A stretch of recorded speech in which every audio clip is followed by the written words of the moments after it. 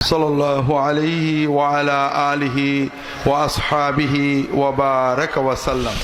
আম্মা বাদ, আমরা আল্লাহ তাআলার দরবারে শুকরিয়া জানাই যে আল্লাহ তাআলা আমাদেরকে এই মোবারক মাহফিলের আয়োজন করার, উপস্থিত হওয়ার তৌফিক দিয়েছেন। আলহামদুলিল্লাহ।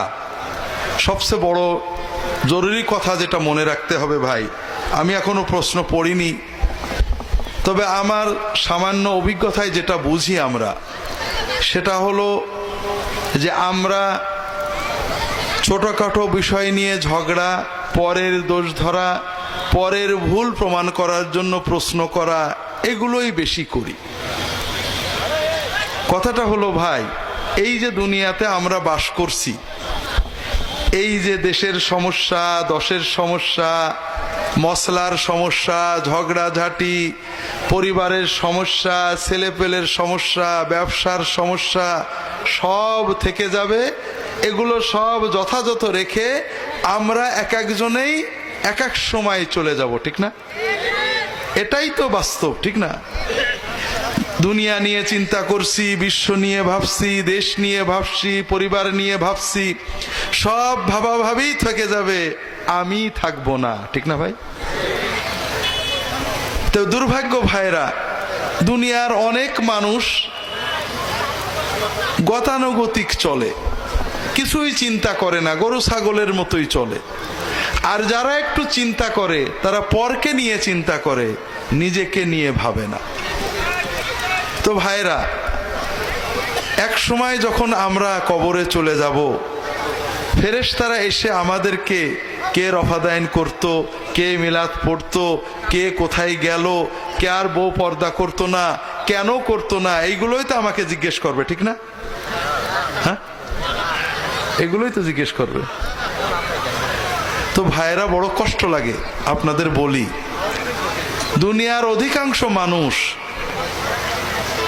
গতানুগতিক চলে, ভেড়ার মতো চলে। সকালে ওঠে, রাত্রে ঘুমায়, খায়, দায়, বাজার করে। কেন বেঁচে আছি তাও বোঝে না, কেন মরে গেল তাও বোঝে না। গরুর বাচ্চা জন্মায়, জোয়াল কাঁদে নাই, কষাই জবই করে, শেষ।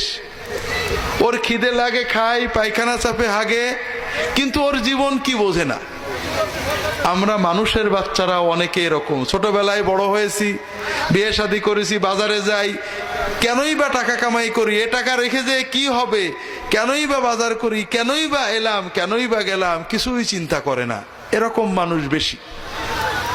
যারা একটু চিন্তা করার তৌফিক আল্লাহ দিয়েছেন, তারা শুধু পরের ভুলগুলো চিন্তা করি। ভাই, কি নিয়ে আমি আল্লাহর কাছে যাচ্ছি, আমি কি করলাম, আমি কতটুকু নেকামল করেছি, আল্লাহর সামনে কি দেব, আমার রবের সাথে, মালিকের সাথে আমার সম্পর্ক কতখানি গভীর, আমি কি আল্লাহ দরবারে হাত তুলে চোখে পানি আসে কিনা, আমি কয় রাকাত তাহাজ্জুদ পড়তে পারেছি, কয়টা আল্লাহর কাজ করতে পারেছি, কয়জন মানুষকে আল্লাহর কথা বলতে পারেছি, এ চিন্তা আমরা করি না ভাই।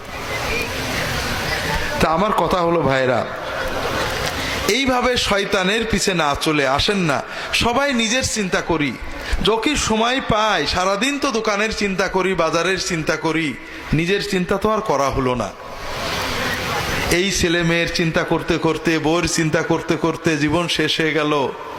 মরার পরে বউ আর আমার কথা মনে রাখবে না, রাখবে ভাই?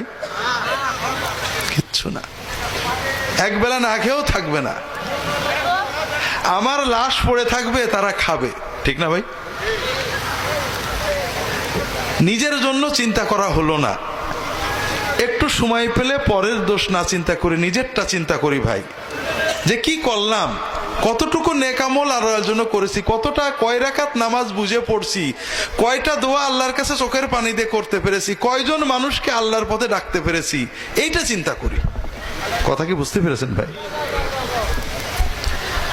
তো যাই